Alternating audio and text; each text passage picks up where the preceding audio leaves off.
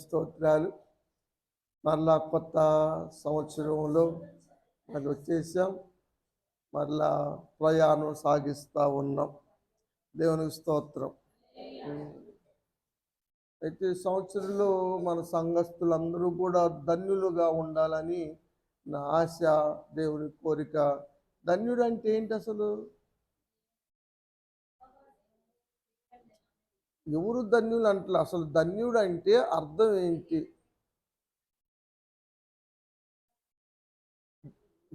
ఎవరు ధన్యులు అని అడగట్లా. అవునమ్మా, ఎవరు ధన్యులు అంటే ఆశీర్వాదాలు కొనుక్కున్నవాడు ధన్యుడు అనొచ్చు. అసలు ధన్యుడు అంటే ఏంటి? ఎవరు ధన్యుడు అంటారు? గొప్ప వాళ్ళని ధన్యుడు అంటాడు. ఆడికేర అంటాడు. అదృష్టవంతుడిని కూడా ధన్యుడు అంటారు. గొప్ప వాళ్ళని, అదృష్టవంతుల్ని. ఏమో అవునండి. అసలు మీనింగ్, ధన్యుడు అంటే మీనింగ్ ఏంటి? భాగ్యవంతుడు, భాగ్యవంతుడు అనొచ్చు. నేనేం చెబుతున్నానంటే ఎవరు ధన్యులు అన్నది చెబుతున్నా అంశం. ధన్యుడు అంటే ఏమిటంటే గొప్పోడని, అదృష్టవంతుడని. అది ఎవరు ధన్యులు అన్నది దానికి వస్తాయి అన్నీ. సరే, కొన్ని చూద్దాం ఈరోజు. ఏ విధంగా ధన్యులు కాగలం అన్న విషయాన్ని ఈరోజు ధ్యానం చేద్దాం. కీర్తనలు 33 అధ్యాయం 12వ వచనం.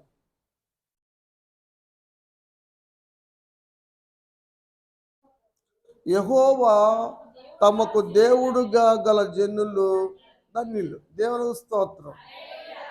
ఎవరు ధన్యులు అంటే దేవుణ్ణి, తమకు దేవుణ్ణి కలిగి ఉండటం. యెహోవా తమకు దేవుడుగా గల జనులు ధన్యులు. ఎందుకంటే దేవుడు వారిని స్వాచ్ఛంగా ఏర్పరచుకుంటాడు కాబట్టి వారు ధన్యులు. కాబట్టి మనం అందరం ధన్యులమే. అయితే ఇంకా చాలామంది కూడా యెహోవాను దేవుడుగా అంగీకరించని ప్రజానికం ఉన్నారు. వారు ధన్యత లేని వారుగా ఉన్నారు. ఈ సంవత్సరంలో వారు కూడా ధన్యులు కావాలని ప్రార్థన చేద్దాం. మీ వ్యక్తిగత ప్రార్థనలు చేసుకోండి. ఎందుకంటే కాలము కొద్దిగా ఉంది. రాకడ సమయాల్లో మనం ఉన్నాం. కాబట్టి ఎప్పుడు దేవుని రాకడ వస్తుందో మనకు తెలియదు. రాకడ సూచనలు మాత్రం కనబడతా ఉన్నాయి. కాబట్టి ఇంకా చాలా మంది దేవుడు ఆలస్యం చేయటానికి గల కారణాల్లో ఒక కారణం, అందరూ అంతటా మారు మనసు పొందాలన్న ఉద్దేశంతోనే దేవుడు వారికి అవకాశాన్ని ఇవ్వటం ద్వారా ఆయన ఆలస్యం చేస్తూ ఉన్నాడు అన్న విషయము మనకు అర్థమవుతూ ఉంది. కాబట్టి ఇంకా చాలామంది, ఇప్పుడు మనం అందరం ధన్యులమే. కుటుంబాల్లో చూస్తే వసంత ధన్యురాలు. దేవునికి స్తోత్రం. మరి కదమా ముగ్గురు సంగతి ఏంటి? మరి వాళ్ళు కూడా ధన్యులు కావాలి కదా. ఆశ అయితే ఉంది అమ్మాయికి. అందరూ ఆశపడతా ఉన్నాం. మనం అందరం కూడా మన కుటుంబాల వారిగా అందరూ ధన్యులుగా ఉండాలన్న ఉద్దేశంతో మనం ఆశపడతా ఉన్నాం. కాబట్టి అందరం ప్రార్థన చేద్దాం. ఇంకా కీర్తన గ్రంథం 2వ అధ్యాయం 12వ వచనం లాస్ట్ మాట చూద్దాం. ఆయనను ఆశ్రయించు వారందరూ ధన్యులు. దేవుని స్తోత్రం. దేవుణ్ణి ఆశ్రయించటం అన్నది ఎంతో ధన్యత. దేవుని సన్నిధికి రావటం గొప్ప భాగ్యం. దేవుని ఆశ్రయించే అదొక ధన్యత అని వాక్యము తెలియచేస్తూ ఉంది. ఆశ్రయించటం వల్ల ఎంతో గొప్ప మేళ్ళు సిద్ధపరచబడతాయి. దేవుని ఆశ్రయించు 31వ కీర్తన 19వ వచనం. అది 34. దేవుడు ఎన్నో మేళ్ళు సిద్ధపరుస్తాడు. ఉజ్జియా రాజు గారు దేవుణ్ణి ఆశ్రయించటం ద్వారా ఆశ్రయించినంత కాలము అతడు వర్ధిల్లాడు. కాబట్టి మనం దేవుణ్ణి ఎంతగా ఆశ్రయిస్తే అంత ధన్యత మనం పొందుకుంటాం, అంతగా వర్ధిల్లుతాం. ఆశ్చర్యకరమైన సహాయము కూడా దొరికింది ఉజ్జియా రాజు గారికి. మీరు చూస్తారంటే 26వ అధ్యాయం 2 దినవృత్తాంతములు 5వ వచనము 15వ వచనం చదువుదాం.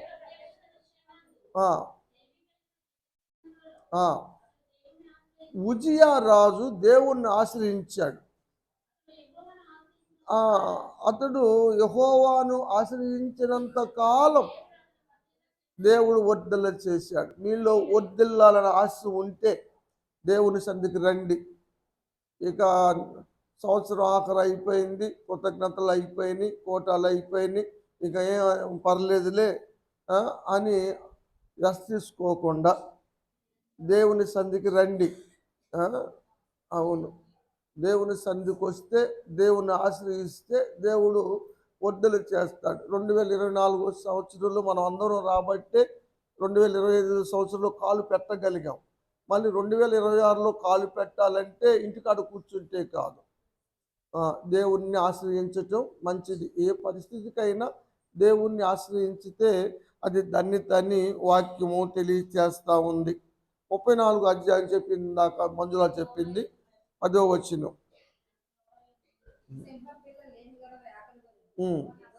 యెహోవాను ఆశ్రయించిన వారికి ఏ మేలు కూడా పొదువై ఉండదు. కాబట్టి మనం ఈరోజు దేవుని ఆశ్రయించాం, దేవుని సన్నిధికి వచ్చాం, ప్రార్థనలు చేస్తూ ఉన్నాం. దేవుడు మనల్ని వర్ధల చేయునుగాక, మేలులన్నీ మన పట్ల జరిగించునుగాక. దేవుడు చేస్తాడని వాక్యంలో మనం చూస్తూ ఉన్నాం. ఇంకోటి 65వ కీర్తన 4వ వచనం చదువుదాం. దేవుని యొక్క ఆవరణములో నివసించటము ఎంతో ధన్యత. అది అందరికీ దక్కేది కాదు, కానీ కొందరికే దక్కేది. అది నాకు దక్కింది. దేవుని స్తోత్రం. దేవుని ఆవరణములో మేము ఉండగలుగుతున్నాం కదా.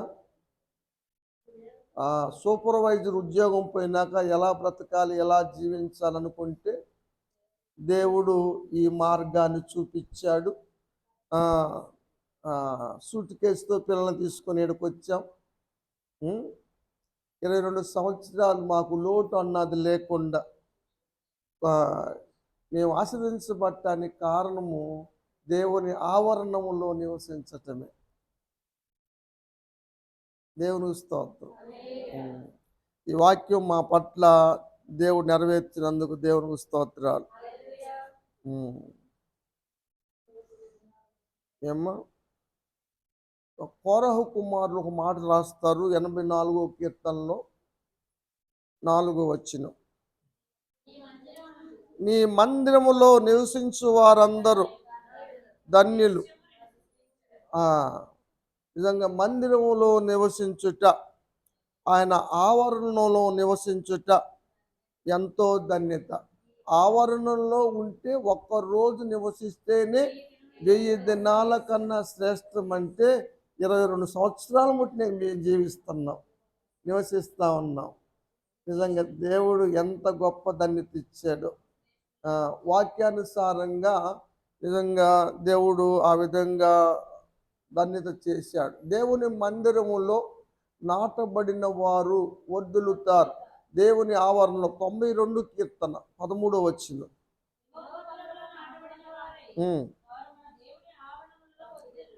దేవుని ఆవరణము వర్ధిల్లేది చేసేది. నిజంగా దేవుని సన్నిధి ఇక్కడ ఉంటుంది. మందిరం అంటే దేవుని ఇల్లని, దేవుని నివాసం అని మనం అనుకుంటా ఉన్నాం కదా. మన పైన అంటుంది. మొన్న కూడా 2-3 చూసి వెళ్ళి పాస్టర్లు ఇదే పేరు పెట్టుకున్నారు. ఏది, పరలోకపు గవిని అని. ఎంట్రన్స్లో అమ్మ లతా కూడా వాళ్ళ దానికి దిమ్మికి ఇదే రాసింది. మొన్న ఓపెన్ చేశారు కదా, పరలోక గవిని అని పేరు పెట్టింది. ఇది దేవుడు కోరుకున్న స్థలము.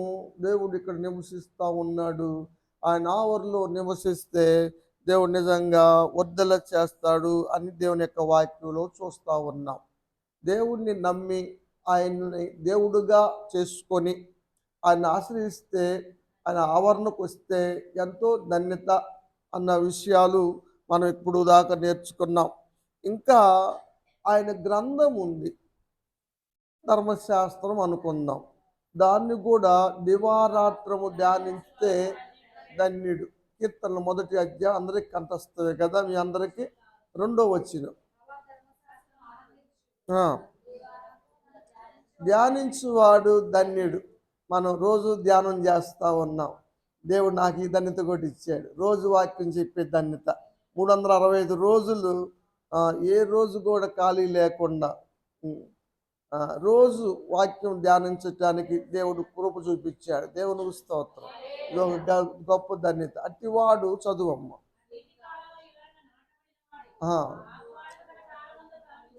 కాలములో ఫలించే చెట్టులాగా ఉంటాడు. సఫలం, అన్నీ సఫలం. నిజంగా ఇక్కడ చేయబడుతున్న ప్రార్థనలు దేవుడు ఎన్ని సఫలం చేశాడో, మీ కుటుంబాల్లో ఎన్ని జరిగినాయో మీ సాక్ష్యాలే నాకు రుజువు కదా. జరగలేదంటారా? దేవుని స్తోత్రం.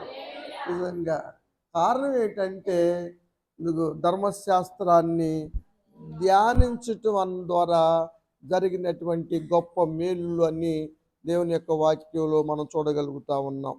అంటే దేవుని యొక్క వాక్యాన్ని ధ్యానించటం మంచిది అన్న సత్యాన్ని ఇక్కడ మనం చూస్తూ ఉన్నాం. కాబట్టి ఈ సంవత్సరం మన పనులన్నీ కూడా దేవుడు సఫలం చేయునుగాక. మీరు ధర్మశాస్త్రం ధ్యానిస్తున్నారు కదా, కాబట్టి దేవుడు మన పనులన్నీ కూడా సఫలపరుస్తాడు ఈ సంవత్సరం అంతా అని దేవుని యొక్క వాక్యంలో మనం చూస్తూ ఉన్నాం. ధ్యానించడమే కాదు కానీ దాని ప్రకారంగా నడుచుకుంటే ఇంకా ధన్యత. 119 కీర్తన 1వ వచనం, యెహోవా ధర్మశాస్త్రం అనుసరించి నా నిర్దోషముగా నడుచువారు దాన్ని దేవుని స్తోత్రం.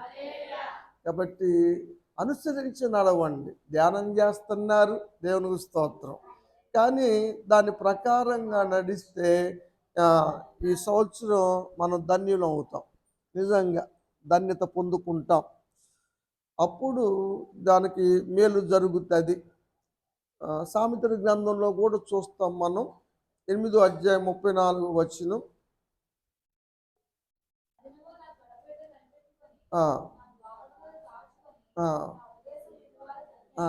దేవుని సన్నిధికి వచ్చి ప్రతిరోజు దేవుని సన్నిధికి వస్తే నిజంగా నువ్వు ధన్యుడిగా మారతావు, ధన్యురాలు అయిపోతావు. మరియమ్మ గారు ధన్యురాలు అయింది, మీరు కూడా ధన్యులు అవుతారు. ఎందుకంటే అనుదినము వచ్చే వాళ్ళందరినీ దేవుడి సంవత్సరం ధన్యులుగా చేయనుగాక. అట్టి వారికి దేవుని కటాక్షము కలుగును అని సొలొమోను గారు రాశాడు. కాబట్టి దేవుడు జీవాన్ని కనుగొంటారు, కటాక్షము పొందుతారు. కాబట్టి దేవుని కటాక్షం అనుదినం వచ్చు వారికి దేవుడు అనుగ్రహించునుగాక. దేవుడు వాక్యంలో ఉన్న ప్రకారమే చేస్తాడు, వాక్యానికి వ్యతిరేకంగా ఏమి చేయడు. మరి మా కటాక్షం రాలేదు, మేము ధన్యులు కాలేదు అనే తర్వాత అడిగితే ఉపయోగం లేదు. మరి నువ్వు రోజు వచ్చావని నేను అడగాల్సి వస్తుంది. మీరు అలా అడిగితే నేను ఇలా అడగాల్సి వస్తుంది. అందుకని రావటానికి ప్రయత్నం చేయండి. నిజంగా ఉపదేశం వినటం కూడా ఎంతో ధన్యత. అదే రాసింది అక్కడ. నా దేవుని ఉపదేశం వింటున్నారు మీరు, దేవుని స్తోత్రం. రోజు వస్తున్నారు, దేవుని యొక్క వాక్యాన్ని వింటున్నారు. కాబట్టి దేవుడు మనల్ని ధన్యులుగా చేయనుగాక. ఇంకా వాక్యం వినటమే కాదు కానీ వాక్యాన్ని గైకొనటము ఇంకా ధన్యత అని యేసు ప్రభువు చెప్పారు. లూకాసు వార్తలు చదువుదాం. 11వ అధ్యాయం 28వ వచనం, 11:28. దేవుని యొక్క వాక్యాన్ని విని దాన్ని గైకొనువారు మరీ ధన్యులు. దేవుని స్తోత్రం. ఎంటమే ధన్యత అంటే ఇక గైకొంటే ఇంకెంత ధన్యత, మరీ ధన్యులు వాళ్ళు. ఇనువు కాబట్టి మీరు ఇనువారు మాత్రమే అయ్యండి, మిమ్మల్ని మీరు మోసపరుచుకోవద్దు. వాక్యానుసారంగా జీవించండి, ధన్యత పొందండి. నిజంగా ఎంత గొప్ప భాగ్యము, ఎంత ధన్యత అని వాక్యములో యేసు ప్రభువు వారు చెప్పారు. ఇంకో మాట కూడా చెప్పాలంటే కొన మీద ప్రసంగంలో ధన్యతల గురించి చాలా లిస్ట్ ఉంది, అని చెప్పడం లేదు. కానీ 5వ అధ్యాయం మత్తయి సువార్త 3వ వచనం చదువుదాం. ఆత్మ విషయమై దీనులైన వారు ధన్యులు. దేవునికి స్తోత్రం. దీనత్వం, తగ్గింపు కలిగిన వారు ధన్యులు. వారు ఎంత ధన్యత అంటే వారు పరలోక రాజ్యంలో ఉంటారు.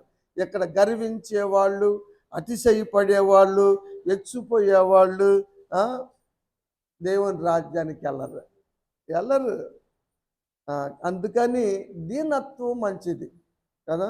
అన్ని నామముల కన్నా పైనామంగా చేయబట్టడానికి యేసు ప్రభువు కారణం ఏమిటంటే దీన మనసు, తగ్గింపు కలిగి వారు ఉన్నారు కాబట్టి అన్ని నామములు హెచ్చించబడ్డారు అని వాక్యం చెబుతుంది. శిష్యుడైనటువంటి పేతురు గారు ఆయన రాసిన పత్రికలో ఒక మాట చెబుతారు. మొదటి పత్రిక 5వ అధ్యాయం 6వ వచనం.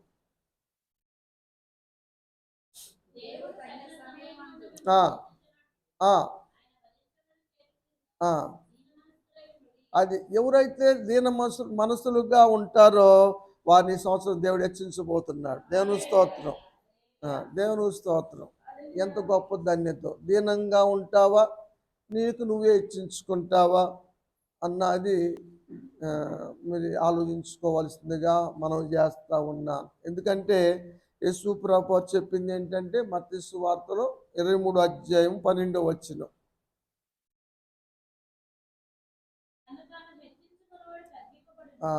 నువ్వు హెచ్చించుకున్నావు అనుకో దేవుడు తగ్గిస్తాడు, నువ్వు తగ్గించుకున్నావు అనుకో దేవుడు హెచ్చిస్తాడు. మరి ఏది మంచిది అనుకుంటున్నారు మీరు? అందుకని నా ప్రియమైన ఆత్మీయ బిడ్డలుగా నేను చెప్తున్నాను, దేని విషయంలో మీరు హెచ్చించుకోవద్దు, అతిశయపడొద్దు, గొప్పలు పోవద్దు.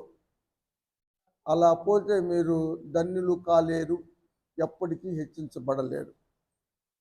ఆ సత్యాన్ని మీరు అర్థం చేసుకోవాలని నేను కోరుతా ఉన్నాను. ఇంకా ధన్యులు ఎవరయ్యా అంటే శోధనలు సహించువారు ధన్యులు. యాకోబు పత్రిక 1వ అధ్యాయం 12వ వచనం. శోధనలు వస్తాయి. క్రైస్తవుడైనందుకు ఎవరు ఏ విషయంలో బాధ అనుభవించతగదు అని వాక్యం చెబుతూ ఉంది. శ్రమలు వస్తాయి, నిందలు వస్తాయి, చెడ్డ మాటలు కూడా పలుకుతారు. అది ఎంత ధన్యత. కష్టాలు వస్తాయి. ఎందుకంటే పరలోక రాజ్యం వెళ్ళాలంటే శ్రమ పడ్డ వాళ్ళకే పరలోక రాజ్యం కదా. అపోస్తుల కార్యంలో అన్నాడు కదా, 14వ అధ్యాయం అనుకుంటా, పౌలు గారు చెప్తాడు, అనేక శ్రమలు అనుభవించి మనం దేవుని రాజ్యానికి వెళ్తాం. దేవుని స్తోత్రం.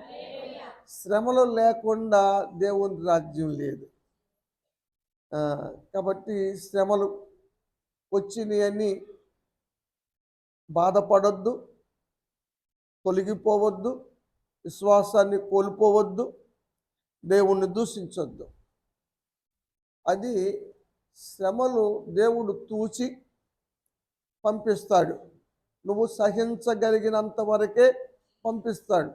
నువ్వు సహించలేని దాన్ని దేవుడు ఎలా చేయడు.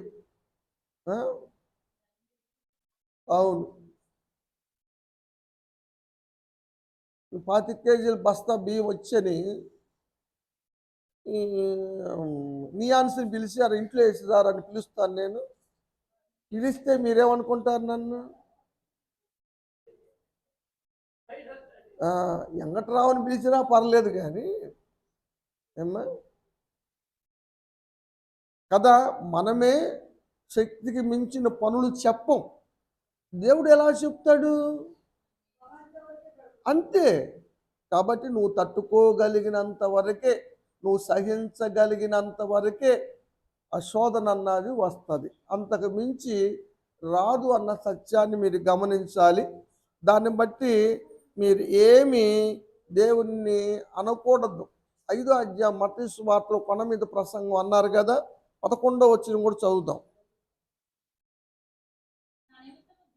దేవుని నిమిత్తము నిందిస్తారు, అబద్ధ సాక్ష్యాలు పలుకుతారు, చెడ్డ మాటలు అంటారు.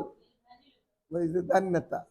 ఎందుకంటే చెడు చేసి అనిపించుకోవటం కన్నా మంచి చేసి మేలు చేసి అనిపించుకుంటే ధన్యత.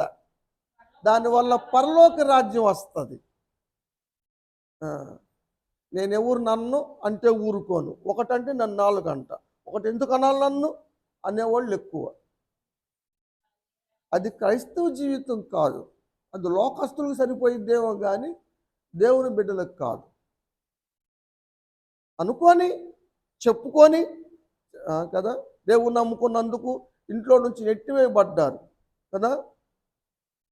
అసలు మాలో కలవద్దన్నారు సాధు సింగ్ గారు, ఎట్టేశారు వాళ్ళు. భక్తి సింగ్ గారు, వాళ్ళందరూ ఇంట్లో ఎలేసారు వాళ్ళని.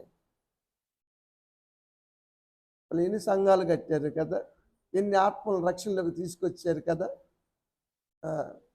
చెడ్డ మాటలు పలికారు, దూషించారు, ఎన్నో మాటలు అన్నారు.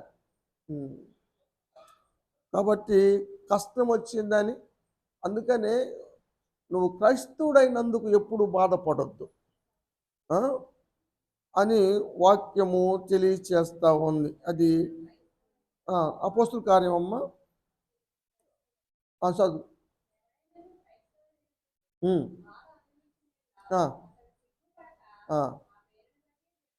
మహింపరచాలి. బాధ వచ్చిందంటే దేవుని గణపరచాలి. అది విధానం. క్రైస్తవ జీవితంలో ఉన్న విధానాలు అవి. ఏ విషయంలో కూడా అభ్యంతర పడకూడదు. దేవుని విషయంలో మాకు అలా నష్టం కలిగింది, ఇలా నష్టం కలిగింది. మత్తయి సువార్త 11వ అధ్యాయం 6వ వచనం.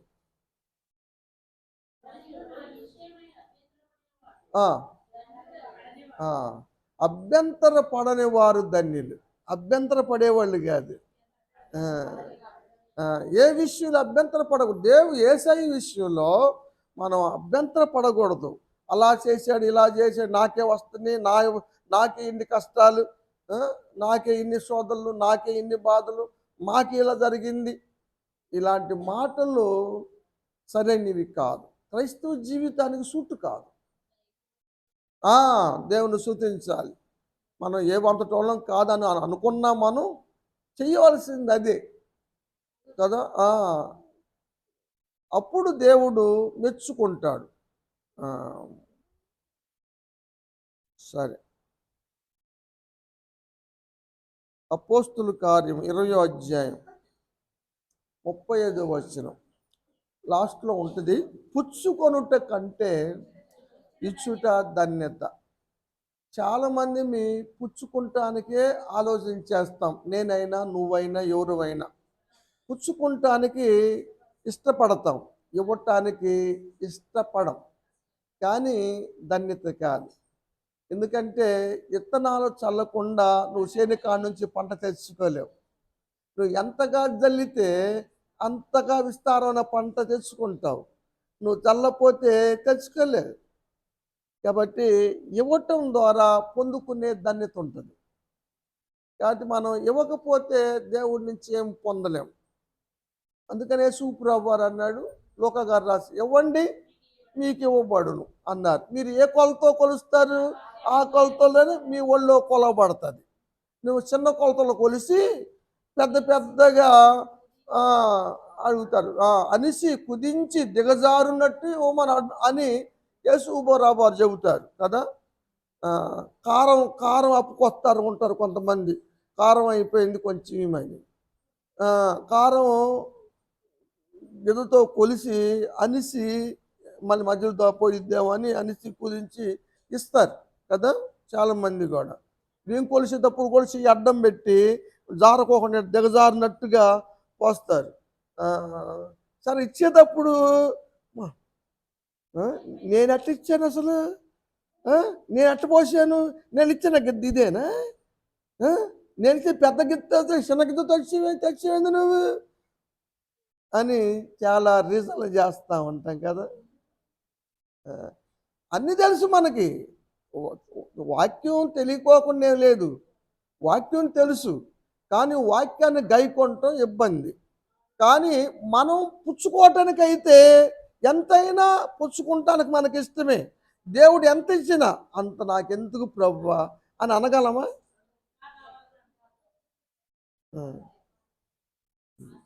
మరి దేవుడికి ఇచ్చేటప్పుడు ఏది ధన్యత? మీరు ధన్యులుగా ఉండాలంటే ఎంతమంది లేరు, పురుషులు 5,000 మంది ఉన్నారు. ఎవడని ఇచ్చాడా? పిల్లోడు ఇచ్చాడు. 2 చేపలు 5 రొట్టెలు. అద్భుతం జరగలేదా? 12 గంపలు మిగిలినాడికి, 12 గంపలు కొంచెం ఇవ్వటం వల్ల చిన్న అప్పమే ఇచ్చింది ఏలియాకి సారిపోతు సహోదరి. 3.5 సంవత్సరాలు సమృద్ధిగా తింది, ఏది అయిపోకుండా. ఇవ్వకోకుండా ఎలా అద్భుతాలు జరుగుతాయి? కాకపోతే బలవంతంగా కాదేది అది.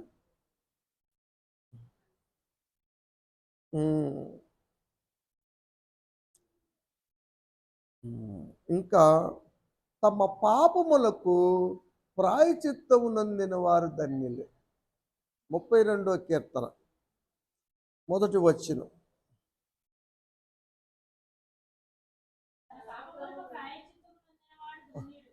నిజంగా నీ పాపాలకి నా పాపాలకి ప్రాయచిత్తం పొందామా లేదా? 31వ తారీఖున శుద్ధీకరణ కూటమి పెడదామని నేను ఎంతో ఆశపడ్డాను, కుదరలేదు. మరి ఎందుకని కుదరలేదు? సరే, దిద్దుబాటు ఆదివారం ఉండగా కొత్త చేయటానికి ప్రయత్నం చేస్తాను. మొదటి ఆదివారం నాడు దిద్దుబాటు ఆదివారం కాబట్టి మనం ప్రయత్నం చేద్దాం. కొత్త సంవత్సరంలో పాపాలన్నాయి మన మీద లేకుండా చేసుకుందాం.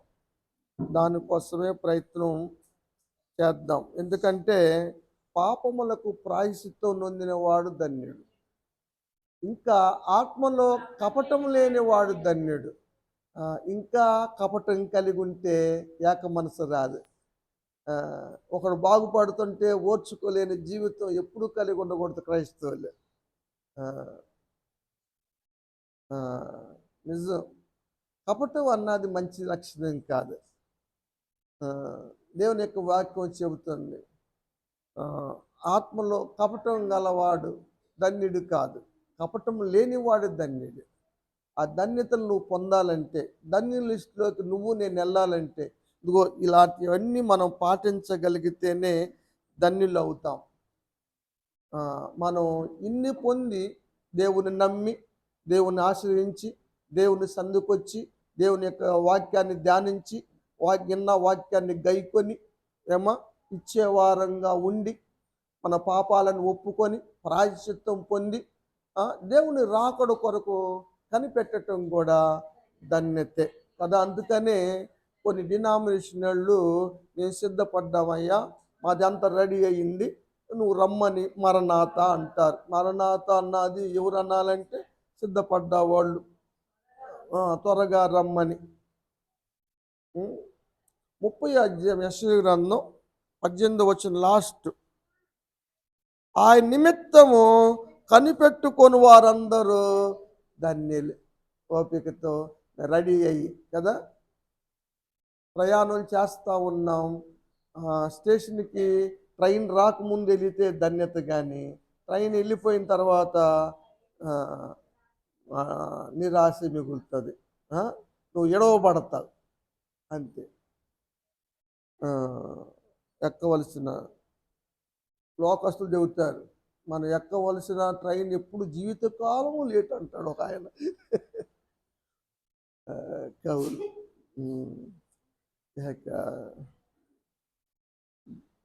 రక్షణ పొందుకున్నాం, నిజంగా ధన్యత పొందాం. కానీ ఇంకా శ్రేష్టమైన ధన్యత ఏంటంటే గొర్రె పిల్ల పెండ్లి విందుకు పిలువబడటం ధన్యత. ఆ, ప్రకటన గ్రంథం 19వ అధ్యాయం 9వ వచనం. ఉమ్. గొర్రె పిల్ల పెండ్లి విందుకు పిలవబడిన వారు ధన్యులని రాయమని పరలోకములో చెప్పబడింది. దేవునికి స్తోత్రం. ఆ, అలా రాయబడకపోతే సహోదరుడా, పెళ్లి వస్తువు లేకుండా ఎలా వచ్చావు నువ్వు ఇక్కడికి? పెళ్ళికి ఆహ్వానం లేకుండా ఎలా వచ్చావంటే వాడు మౌనంగా ఉన్నాడంట. వాడిని అగ్నిగుండం పడేశారు కదా. మనం ఏ విధంగా పెళ్ళి గొర్రె పిల్ల వివాహానికి పిలువబడకుండా ధన్యత పొందలేం, దేవుని రాజ్యంలో పాల్గొనలేం.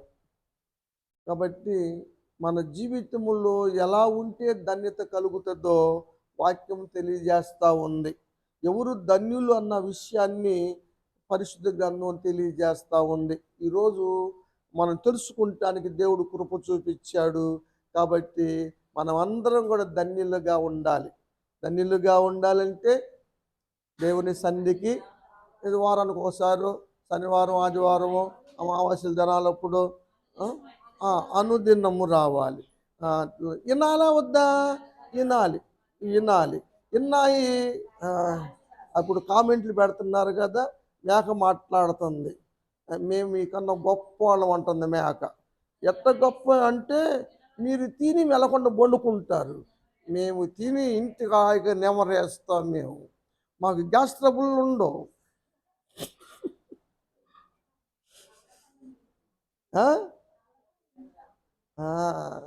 కాబట్టి మేము ధన్యులు అంటుంది.